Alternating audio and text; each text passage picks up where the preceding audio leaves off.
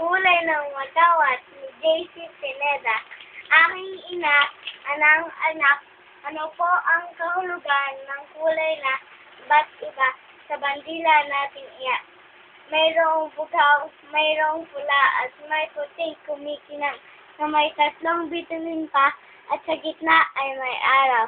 Iyang pula, anang ina, sa anak na nagtatanong, ay sagisag ng dakilang katapangan na nagtanggol sa inapi nating buhay, ang nabigo nating layon.